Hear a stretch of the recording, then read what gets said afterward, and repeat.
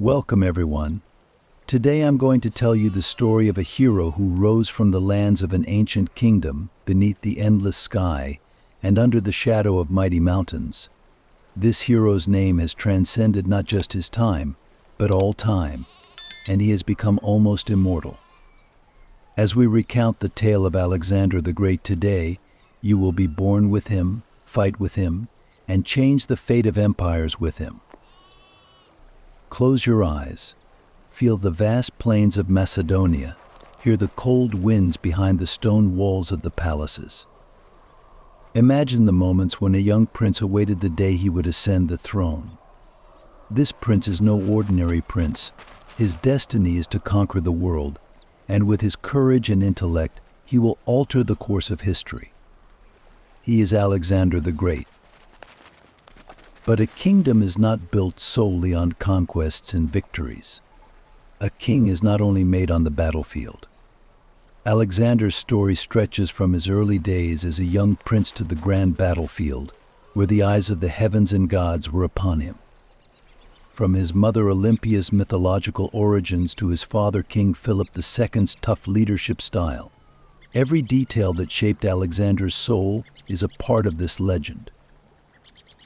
Yes, now I will recount the long and arduous journey of this great man, from his birth to subduing kingdoms across the world. Be prepared, for this story is one that heats my blood and stirs my soul as I tell it. So let's take the first steps of this epic adventure together. Let's go back to the day Alexander opened his eyes to the world. Witness the birth of a legend. Ah, dear friends.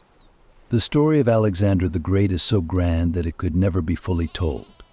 This great adventure, beginning with his birth, is shaped not only by his own power but also by the people around him as he journeyed from a young prince to a world conqueror.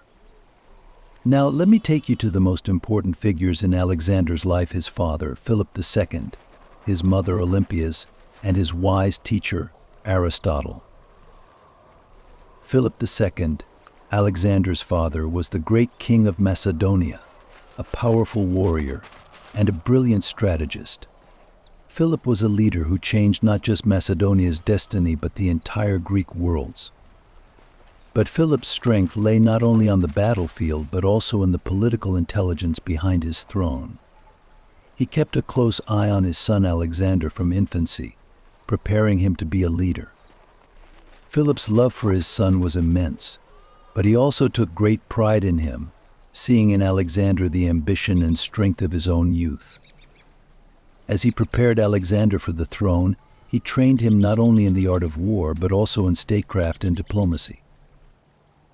However, alongside Philip's stern leadership, there was a very different world at home. Alexander's mother, Olympias, the powerful queen of Epirus, a deeply religious woman who believed in the gods' intervention in her son's destiny. Olympias told Alexander from infancy that he was descended from the gods, instilling in him great faith and confidence. Legends say Olympias was deeply religious. She danced with sacred snakes, saw divine messages in her dreams, and raised her son as part of this divine destiny. Alexander learned from his mother about mythology, belief in the gods, and the concept of divine justice. To him, Olympias was not just a mother but almost an emissary of the gods. He grew up influenced by her mystical world, hearing stories about his divine heritage. Thus, a deep belief took root within him. The gods had prepared a grand destiny for him. Yet these relationships were not solely filled with love and admiration. The marriage of Philip and Olympias was equally turbulent. Philip's relationships with other women and palace power struggles gradually fueled Olympias's anger. As Alexander grew, he admired his father's warrior spirit and intelligence while also witnessing his mother's pain and grievances. These conflicting feelings deepened his character. While he admired his father, he felt compelled to align with his mother, confronting complex emotions even at a young age. Then, dear friends, another great figure steps onto the stage: Aristotle. He was the greatest of philosophers, the shaper of thoughts, and the light of knowledge. Philip, wanting the best for his son, called Aristotle to educate Alexander. When Alexander met this wise man, he was still a child, but his growing ambition and curiosity drew him toward Aristotle's wisdom. Aristotle taught him not only mathematics, science, and art, but also how to think, question, and understand the world. Alexander's mind began to blaze with Aristotle's wisdom. The philosopher taught him Homer's Iliad. Alexander embraced this epic so fully that he kept it with him, even on his campaigns. Homer's heroes became his inspirations. Achilles, in particular, was a role model for him.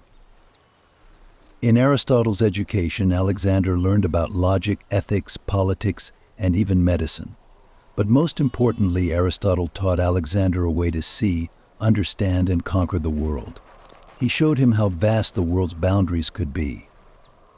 Alexander transformed the knowledge he gained from Aristotle into strategies for the battlefield. Aristotle's teachings became a guide for Alexander's journey of conquest. In Aristotle's lessons, Alexander developed not just as a student but as a philosopher, shaping his thoughts, strengthening his beliefs, and reinforcing his faith in his destiny. Thus, Alexander's childhood and youth were shaped by his father's military discipline, his mother's mystical beliefs, and Aristotle's deep wisdom. All these elements came together to illuminate the path that would make Alexander one of the greatest conquerors in history. Believing himself to be the chosen child of the gods, he embraced the power of philosophy and science, preparing to conquer the world.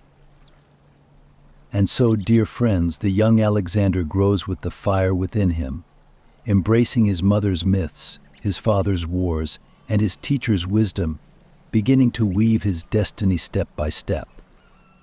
Now we journey to his first steps as a young prince, his initial victories, and the challenges that fueled his inner fire.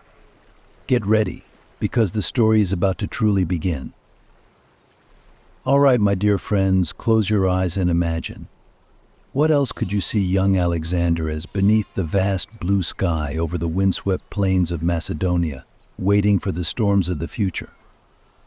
Alexander's early years were like a battlefield, a place where not only weapons and armies fought, but also ideas, passions, and dreams. Macedonia, back then, was on the fringes of the Greek world, perhaps a bit overlooked but never forgotten. As young Alexander grew up in his father King Philip II's palace, he witnessed tremendous changes. He saw Macedonia go from being a small power to becoming a central force in the Greek world, step by step. Philip ruled Macedonia with an iron fist. He was a master strategist and a political genius.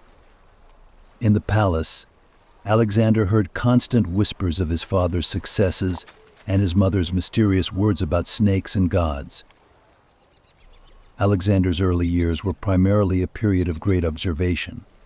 He traveled with his father, learning about palace intrigues, political struggles, and power dynamics.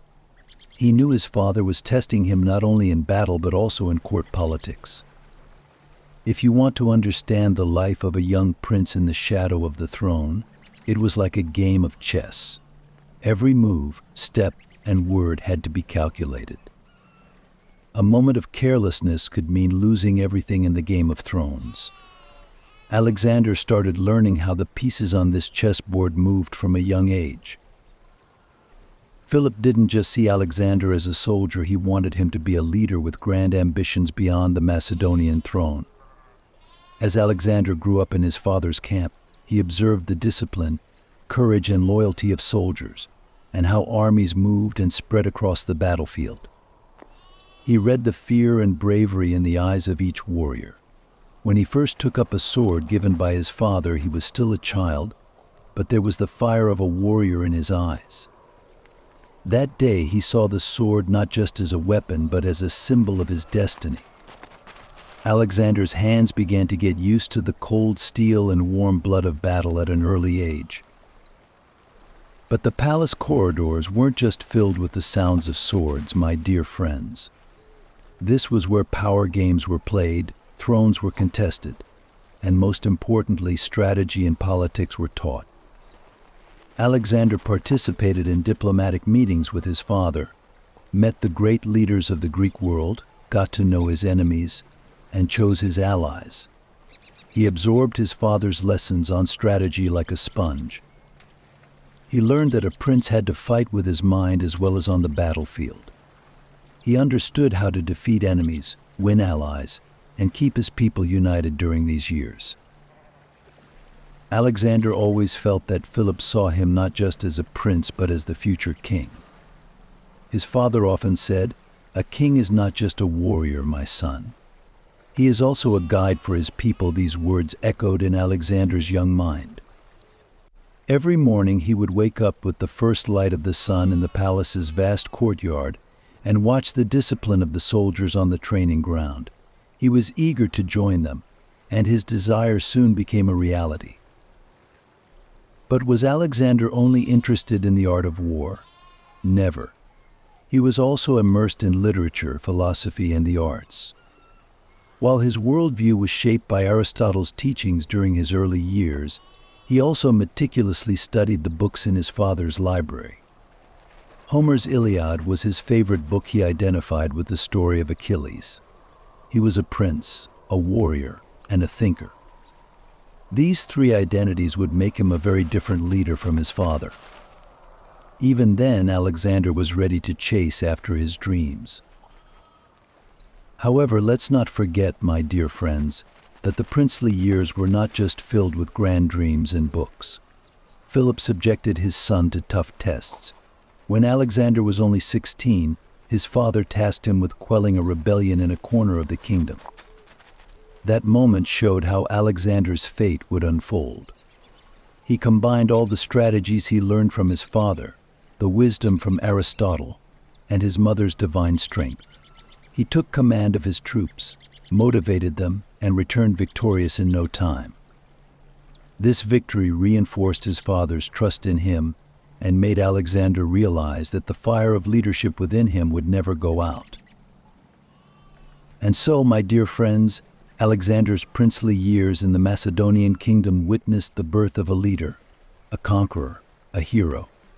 These years laid a strong foundation in his soul. He learned how to blend war, diplomacy, and wisdom. He was no longer just a prince of Macedonia, but a star preparing to step onto the world stage. Can you see it in your minds, friends? This is how Alexander's story begins, and now he moves toward even greater adventures awaiting us.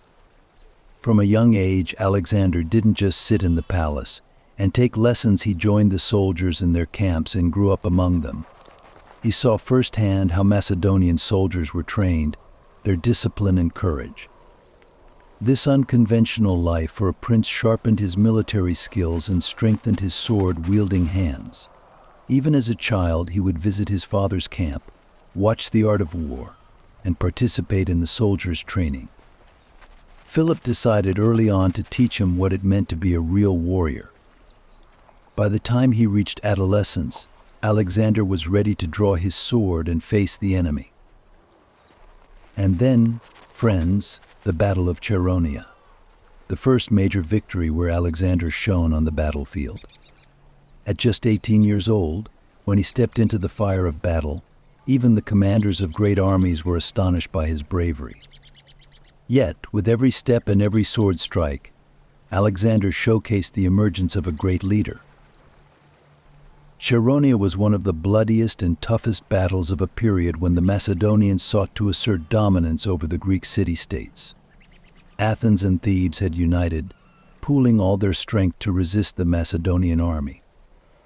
As Philip prepared his army for this grand battle, he assigned a crucial task to young Alexander. Despite his youth, Alexander was given command of the cavalry. Imagine a child entrusted with the most critical unit of the battle.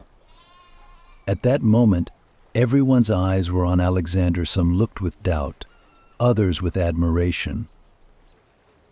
At the start of the battle, Philip made a feint withdrawal to deceive the enemy forces. The Athenians and Thebans saw this retreat as a sign of victory and advanced to attack. That's when young Alexander stepped into the scene.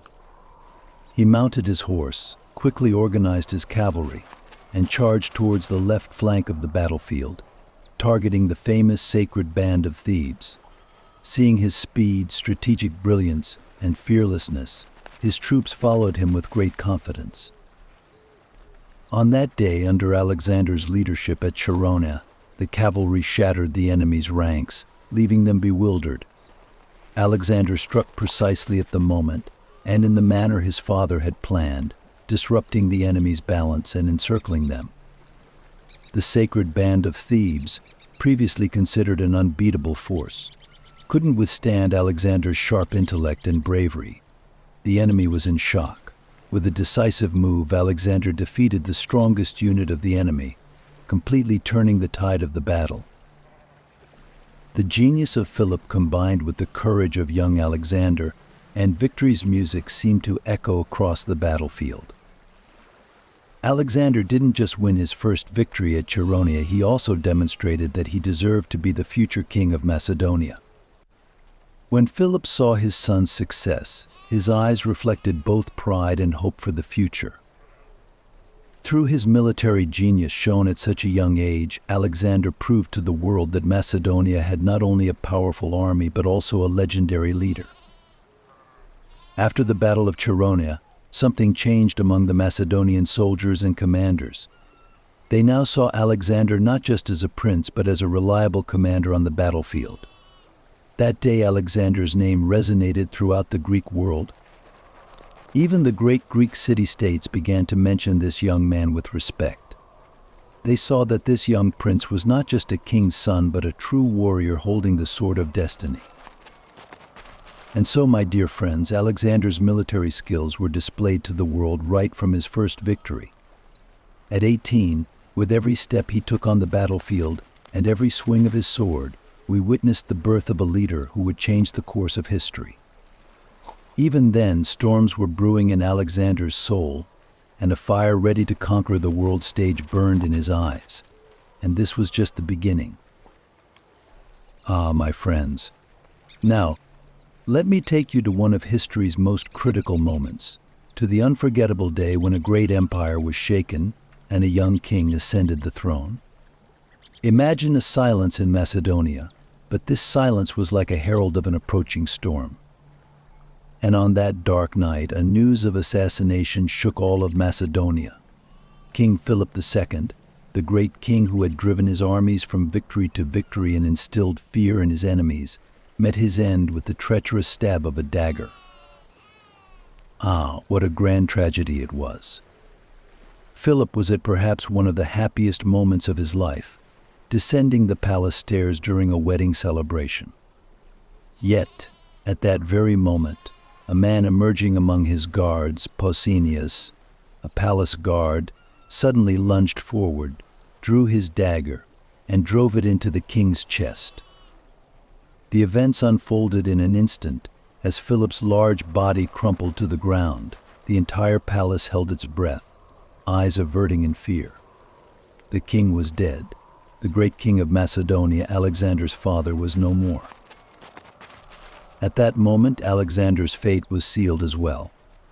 He was only 20 years old and would now have to manage an entire empire left by his father. But this was not just a matter of becoming a king. With the news of his father's death, the palace and the entire kingdom were rife with plots for the throne.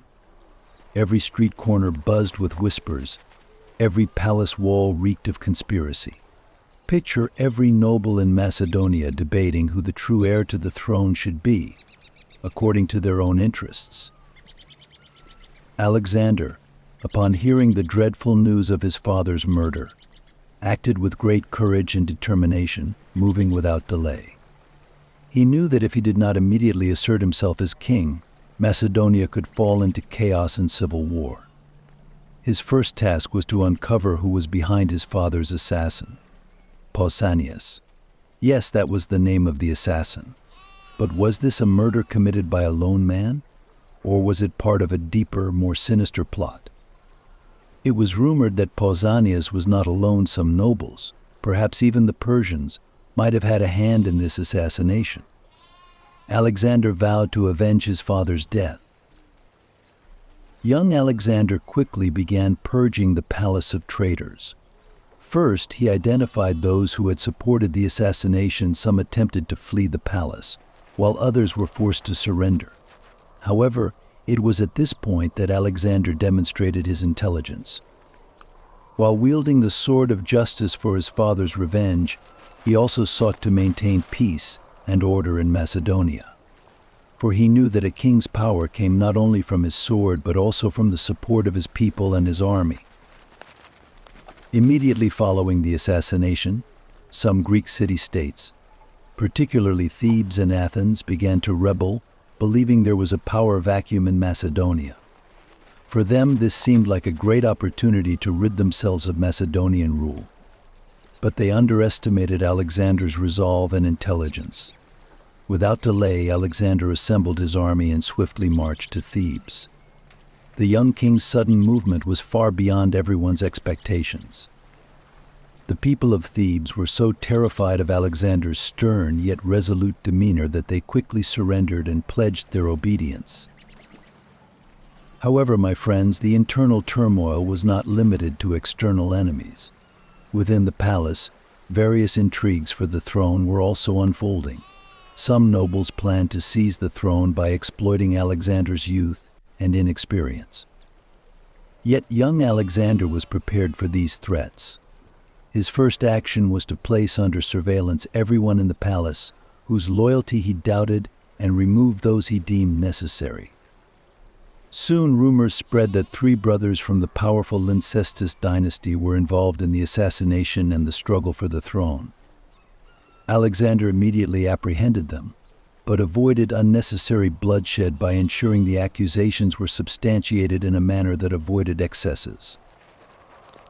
Another center of the struggle for the throne was the uprisings of tribes in Thrace and Illyria. Seeing Philip's death as a sign of weakness, these tribes began attacks along the borders. Yet Alexander, without hesitation, used his father's military strategies and his innate leadership skills to counter these assaults. Conducting swift and decisive campaigns in Thrace and Illyria, he defeated these tribes and secured Macedonia's borders once again. Meanwhile, some Macedonian nobles still questioned Alexander's authority. But Alexander responded not only with the strength of his sword, but also with his resolve and leadership abilities. For he had ascended to his father's throne, but would not simply continue his father's methods. The young king was charting his own path, laying the foundations of a new empire. He quelled all internal turmoil in Macedonia and asserted his claim to the throne to the entire world. He was no longer just a king, but a leader determined to carry forward his father's legacy and achieve even greater goals. Thus, my dear friends, Alexander, after his father's death, overcame every internal strife and struggle for the throne, reunified Macedonia. The courage, determination, and leadership he displayed immediately upon ascending the throne signaled that he was destined to become one of history's greatest conquerors. Alexander's name had already begun to be recognized worldwide as a warrior, a leader, a king. But this was merely the beginning of his journey, for Alexander's ambitions reached far beyond Macedonia. Ah, my dear friends. Now I'm going to take you to one of the first steps Alexander the Great took after he ascended to the throne of Macedonia. This was a step that would change not just Macedonia's fate, but the entire Greek world. Alexander, still a young king, had to complete the task his father, Philip II, had left unfinished to restore the Corinthian League and unify the Greek city-states. This was the first step toward his grand dreams. After Philip's death, major Greek city-states like Athens and Thebes saw an opportunity to break free from Macedonian control. They thought Alexander was young, inexperienced, and just a prince living in his father's shadow. But how wrong they were, my friends. They hadn't seen the tremendous power and determination inside Alexander. As soon as Alexander heard about his father's death, even before the funeral was over, he declared himself king and got straight to work. His first move was to follow in his father's footsteps and rebuild the Corinthian League. But he knew this wouldn't be easy. The Greek city-states were filled with people fiercely loyal to their independence and warrior spirit. But Alexander's goal wasn't just to subdue them, he wanted to unite the Greek world and make it a powerful force. In his eyes, the Greeks needed to come together against the Persian threat and form a strong alliance for future campaigns. Alexander's first step was to head to Corinth, the center of the Corinthian League. There, he told all the representatives of the city-states that he would continue his father's work, and that a united Greek league under Macedonian leadership was needed. However, some states didn't accept this proposal. Major cities like Athens and Thebes were determined to resist Macedonian dominance. Thebes, encouraged by Alexander's youth, started a rebellion and tried to rally other cities to their cause. But my friends, Alexander was a young king who had already proven how determined and brave he was. He quickly responded to Thebes' rebellion. The young king gathered his army and marched on Thebes with unexpected speed. Imagine that the Thebans never expected Alexander to arrive so fast. The city was in a state of panic, streets silent, squares empty. Everyone was wondering what the Macedonian king would do next. When Alexander arrived at Thebes' walls, he sent the city an ultimatum: surrender, or this city will be buried in the pages of history. The Thebans decided to resist, but they had underestimated Alexander's wrath. His army attacked Thebes' walls with incredible strength and discipline. After 2 days of fierce fighting, Alexander's forces captured Thebes. The city surrendered, but the young king showed no mercy. Thebes was nearly destroyed as an example to other cities. The streets were filled with ruins and smoke. That once magnificent city was now nothing but a heap of rubble. But my friends, this wasn't just destruction, it was a message. Alexander was sending a clear signal to the entire Greek world through Thebes' ruins: this is what happens to those who stand against me. This powerful message quickly reached other city-states, and many realized that further resistance was pointless. Even Athens, fearing the wrath of the Macedonian king, agreed to join the Corinthian League. The Greek world was bowing down to Alexander's power and determination. In the Corinthian League assembly, Alexander was declared the commander-in-chief. But my dear friends, this command wasn't just a title, it gave him the authority to unite all the power of the Greek world and use it in a campaign against the Persian Empire. Alexander planned to bring together the Greek city-states, rebuild the Corinthian League, and use their armies and resources for his grand vision: a massive campaign against the Persian Empire in Asia. So Alexander's strategy was both clever and courageous. He proved himself not just as a king, but as a diplomat, a warrior, and a leader. The Greek world was united, but this was only the beginning. Alexander's grand ambitions spanned all of Asia. And my dear friends, Alexander's eyes were now set on the east, towards the Persian lands. There, greater victories, bigger battles, and even more epic stories awaited him. And we'll be here by the fire, listening to each of these stories one by one.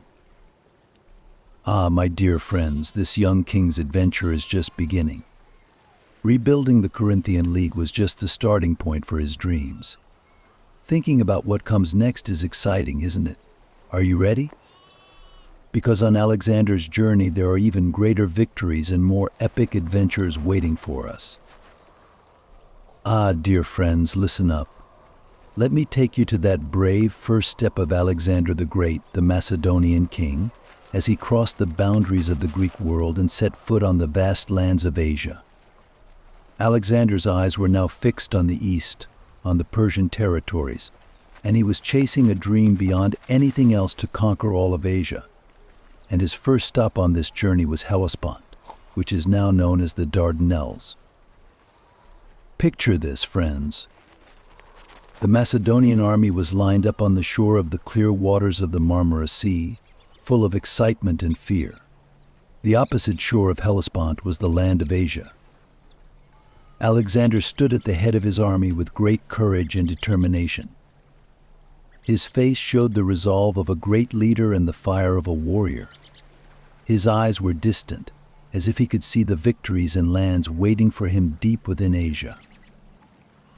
As soon as Alexander reached Hellespont, he immediately started making preparations. Before setting off, he gave his soldiers a speech that ignited their hearts. He said, "Right here on this shore we stand at the turning point of our destiny. The waters before us are not just a sea, but also the boundary of our dreams. And with brave soldiers like you, I am ready to cross these boundaries. Follow me, and let's conquer Asia together." Alexander lifted his soldiers' spirits and morale to the highest point with these words. He then mounted his horse and advanced towards the waters of Hellespont. His ride into the sea was so epic, it felt like a god was parting the waters. He was stepping onto the lands of Asia not as a king, but as a conqueror. Finally, the Macedonian army crossed Hellespont. Upon setting foot in Asia, Alexander performed a sacrificial ritual. Following ancient traditions, he offered sacrifices to Zeus and Athena to show gratitude to the gods. He personally sacrificed a horse to show his respect for the land and express his desire for victory from the gods. This not only boosted the morale of his troops, but also sent a message to the Persian Empire: "I'm here, and there's no turning back." But friends, stepping onto this shore was just the beginning. Alexander faced a much bigger obstacle: the Persian army. The Persians were enraged when they heard about the young king's bold move. Emperor Darius immediately ordered his generals, "This young Macedonian is overstepping. Drive him out of Asia." And so, the two armies met at the banks of the Granicus River. Granicus River.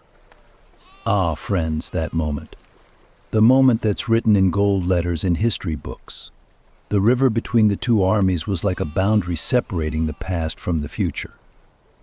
On one side was the Persian army, numerous and powerful. On the other side was the Macedonian army, under Alexander's leadership, few but brave. As the first rays of the sun hit the river's waters, Alexander gave the order to attack without hesitation.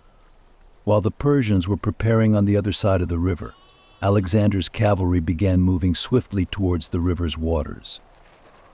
The first to enter the water were the Macedonian foot soldiers. Their armor glittered, dancing with the sun, and echoed over the water. The water was deep, and the current was strong, but Alexander's soldiers didn't hesitate for a moment. Their commander's bravery had inspired their own. Then Alexander himself, at the forefront, plunged into the river on his horse, surrounded by battle cries and the clash of swords. Ah, dear friends, Alexander had been waiting for this moment. As the Persian army prepared to meet them on the opposite bank, Alexander's unexpected assault disrupted all their plans. His bravery struck fear into the hearts of the Persian soldiers. The battle that started on the riverbank quickly spread across the entire area. Alexander strengthened his army's left flank and targeted the center of the Persians. The Persian army was caught off guard by the Macedonians' sudden and fierce attack. King Alexander, at the front of the enemy lines, drew his sword while the shouts around him turned into a victory anthem. Alexander's move shattered the right flank of the Persian army. As Persian generals issued orders in shock, Alexander's warrior spirit shone through once again. Even in the heat of battle, he kept his cool and skillfully managed his troops. Though the Persians tried to resist, Alexander's cavalry and horsemen were tearing through the enemy lines, pushing back the Persian soldiers one by one. In the end, the waters of Granicus were stained with Persian blood. The Persian army retreated, and Alexander tasted his first victory here. The Battle of Granicus was his first major triumph in the Asian campaign. Now everyone knew Alexander was not just a king but a born conqueror, one of the greatest military geniuses in history. The victory at Granicus was a sign of even greater steps to come towards the heart of the Persian Empire. With the Granicus victory, Alexander challenged not just the Persians but the entire world. He was on a mission to conquer Asia, and nothing could stop him. Dear friends, get ready for the next big victory, because Alexander's journey doesn't end here. The Battle of Granicus was just the beginning. Greater victories, more epic battles, and bigger stories await us. Are you ready? Now we're moving on to the next great saga, the next big victory. My dear friends, let me take you deep into history, to a king's glorious victories and the shaken foundations of an empire. Get ready, because I'm about to recount the first major clash with the Persians, the Battle of Issus. This battle was a turning point where the young Alexander the Great showcased his military genius, bravery, and strategic brilliance to the world. To describe such a battle, close your eyes and get ready to dive into the dusty pages of history. It was a hot and dry day, with the scorching sun burning over the land. On the Asian soil, in front of Alexander's army, were the troops of the great Persian Emperor Darius III. The battlefield where these two mighty powers would clash was Issus. After his victory at the Battle of Granicus, Alexander continued his bold march towards the heart of the Persian Empire. With each step, he boosted both his own and his soldiers' morale, instilling fear into the hearts of the enemy. But at Issus, he was up against one of the greatest Persian generals, Darius III. Darius was determined to do whatever it took to stop the Macedonians' advance in Asia. Imagine this, my friends. While the Persians were preparing for battle, they were also wondering what Alexander would do. The terrain in the Issus Valley formed a natural defensive line with trenches and fortifications, presenting all sorts of challenges for the battle. Darius hoped to use this strategic advantage to halt Alexander here. But Alexander's strategic understanding was deep and clever enough to overcome these natural obstacles. When the morning of the battle arrived, Alexander's army was ready with the first light of the sun. The light shimmered on the rivers, and the warriors were preparing their shields and swords. The Macedonians were in high spirits, with a clear goal to push back the Persian army and secure a great victory. As a great strategist, Alexander eagerly awaited the start of the battle. At the forefront of his army, alongside the bravest and most skilled soldiers, he planned to deliver the first blow to the enemy. The Persian army had its own strategy and had prepared defenses over a wide area. However, the Persians had a major advantage: a large number of troops, strong defenses, and numerical superiority. When the battle began, my friends, it felt like the earth was shaking. Alexander had approached the Persian defensive lines by moving through wooded and mountainous terrain. Darius's army was lined up densely: archers, cavalry, and infantry. Amidst the noise and fire of the battle, Alexander was at the front, making strategic moves to breach the enemy lines. The Persians initially put up a strong resistance. Arrows from their archers targeted the Macedonian soldiers' armor and shields. However, Alexander's army fought bravely despite all the challenges, trying to break through the enemy's defenses. The cavalry under Alexander's command was slicing through the enemy ranks, attempting to demoralize the Persians. Then, a significant event occurred. Alexander identified the weak points in the Persian defenses and directed all his force there. He particularly focused on the Persian center and right flank. Alexander's strategic brilliance allowed him to penetrate the Persian defenses. The Persian generals were caught off guard by Alexander's sudden and rapid attack. The confusion and disorder in the center of the Persian army shook their entire defensive system. Alexander maneuvered his cavalry around the enemy lines, disrupting the Persian command chain. By keeping his soldiers' morale high, he was also leading at the very front of the battle. As the battle progressed, Alexander's clever moves caused the collapse of the Persian army's right and left flanks. This collapse led to the enemy retreating and turned the tide of the battle in favor of the Macedonians. The Persian generals, showing one last stand, began to retreat. But Alexander's army seized this moment of retreat and pursued the enemy. In the end, the Battle of Issus became a great victory that once again showcased Alexander's military genius and leadership. With this victory, Alexander further weakened the Persian Empire's dominance and took a significant step on the path of conquest in Asia. The massive losses suffered by the Persians in this battle cemented Alexander's influence and power over the Asian territories. My dear friends, this great battle ended with the victory of one of history's greatest military geniuses. Alexander's courage, strategic intelligence, and determination made him one of the greatest leaders in history. But this was just the beginning. The road to greater victories is filled with bigger challenges and more epic moments. Now let's move on to the next great adventure and triumphs. Dear friends, let me take you to the brightest pages of history, to the lands where a conqueror's great vision and courage shone. The grand advance into Phoenicia and Egypt represents the peak of Alexander's strategic genius and extraordinary leadership. Get ready, because we're diving into the story of a significant step on the historical stage, a major conquest, and a grand vision. The young and daring King Alexander of Macedonia, after his first major victory in Asia, continued his conquest without slowing down.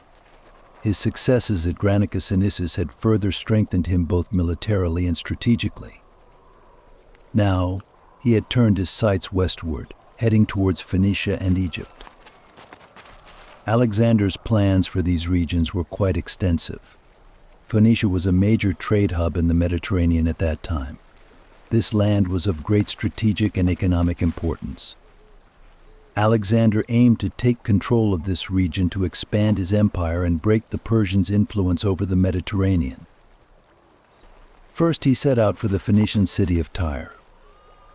Tyre was located on an island connected to the mainland by a narrow strip, and its defenses were incredibly strong. The Phoenician traders and sailors had shown remarkable determination in defending this city. Because of this, Tyre had become a very challenging target. However, there was no defense wall strong enough to withstand Alexander. Alexander's army began the siege of Tyre with great determination. The city's sea walls were highly effective against attacks from the land. Consequently, Alexander planned a naval assault to besiege the city. Macedonian engineers started constructing a bridge from the sea to the island, allowing Macedonian troops to reach it. After months of intense and arduous siege, the walls of Tyre were breached, and the city was captured. This victory was another example of Alexander's military genius. After conquering Tyre, Alexander's focus shifted to Egypt. Egypt was a vast territory in the southeastern Mediterranean and had been the cradle of many civilizations throughout history. It was especially famous for the civilization that developed around the Nile River. Alexander aimed to conquer this land to not only break Persian dominance but also to establish a stronger presence in the Mediterranean region. As Alexander advanced towards Egypt, he particularly focused on Memphis, the capital of Egypt. Memphis was one of Egypt's religious and cultural centers. Alexander's goal in Egypt was not only to achieve a military victory, but also a cultural one. In this context, Alexander negotiated with the local rulers of Egypt and continued to lead and conquer. During his advance in Egypt, Alexander moved with great vision. After capturing the capital Memphis, he decided to found a new city. This city was to become an important center both militarily and commercially.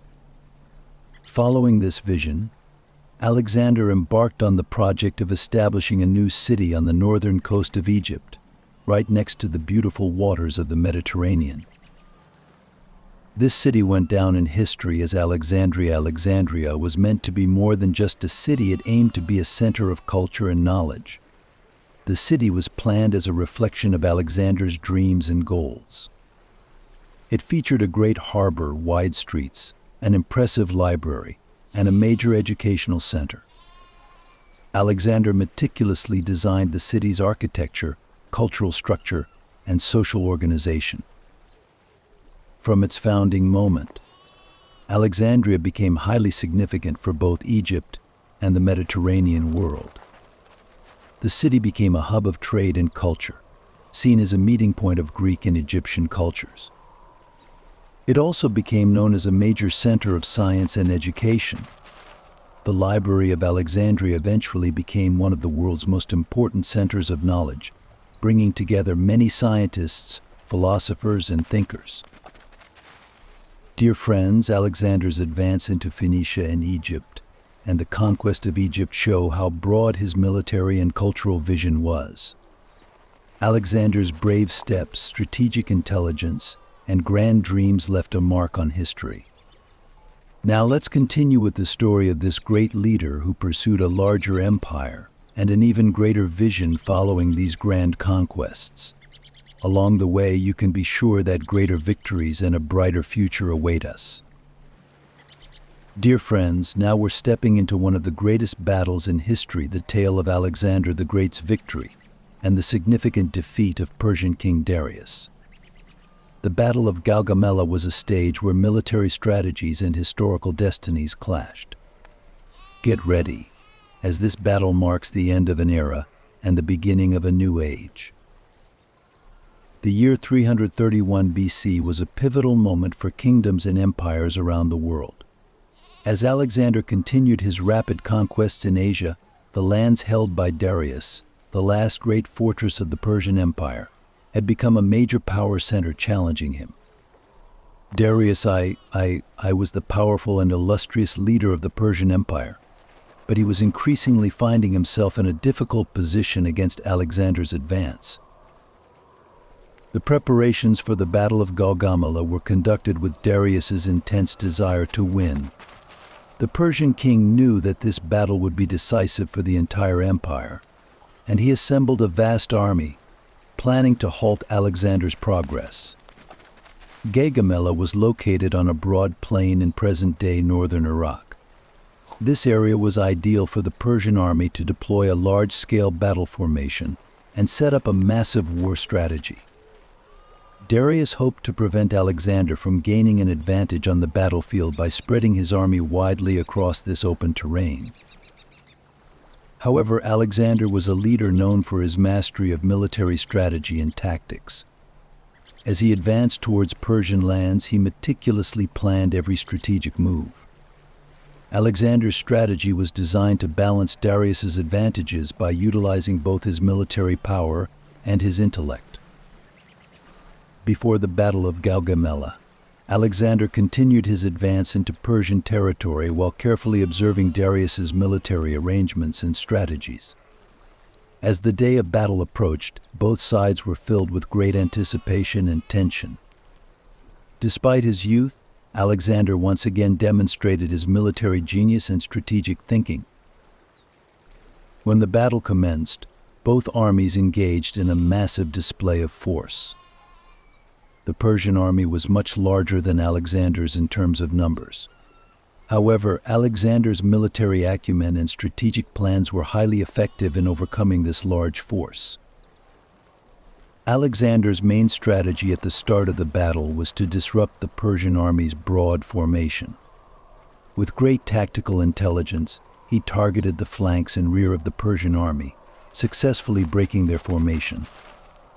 Simultaneously, he restricted the Persians' maneuverability on the battlefield, launching effective attacks from wide angles.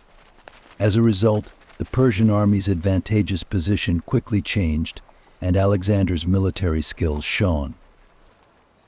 One of the most critical moments of the battle was Alexander's major assault on the center of the Persian army. This maneuver targeted Darius's command center and had a severe impact on the morale of the Persian forces. During the most intense moments of the battle, Darius was forced to protect himself and eventually had to flee. This led to a significant defeat for the Persian army and solidified Alexander's victory. The Battle of Gaugamela was not just a military triumph, but also a testament to Alexander's strategic brilliance and leadership abilities.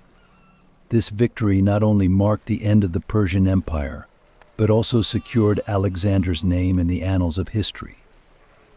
The defeat of King Darius III accelerated the collapse of his empire and further strengthened Alexander's conquests in Asia. Dear friends, the story of the Battle of Gaugamela narrates a period between the chaos of war and the taste of victory. Alexander's military strategies, courage, and intellect stood out in this great battle, enabling one of history's greatest victories. This triumph was a turning point in Alexander's journey and established him as one of the greatest conquerors in world history. Now, following this grand victory, we will continue to witness Alexander's conquests and the expansion of his empire. Dear friends, today we're diving into one of the most striking and dramatic moments in history, the capture and burning of Persepolis, the capital of the Persian Empire, by Alexander the Great. Get ready, because this story reveals both the grandeur of conquests and the devastating effects of war. In the cold and misty days of 331 BC, Alexander turned his attention to Persepolis, the heart of the Persian Empire. Persepolis wasn't just the capital, it was one of the most magnificent cities of the ancient world. It was the crowned capital of Persian King Darius and was renowned for its splendor. But now this immense city had become a pivotal point on Alexander's path of conquest. Alexander's campaign had made Persepolis a major target, both strategically and symbolically, after previous battles. The city was famous for its vast palaces, grand temples, and immense wealth. But it also symbolized the power and opulence of the Persian Empire. Advancing on Persepolis was a major move, both militarily and psychologically. Capturing the capital would not only crown Alexander's military successes, but also deal a serious blow to Persian morale. While Alexander's conquests had already made a big impact, taking Persepolis would cement his victory and showcase his power even further. The process of capturing the city was as challenging and complex as many other great conquests in history. Alexander's army had to overcome the city's defenses and take control of its interior, showing significant strategic planning and military skill. The city's defenses were a reflection of Persian military power, making the fight quite tough. But Alexander's military strategies helped him overcome these challenges. After capturing Persepolis, the city faced massive destruction and damage. Alexander's forces targeted the palaces, temples, and treasures of the city.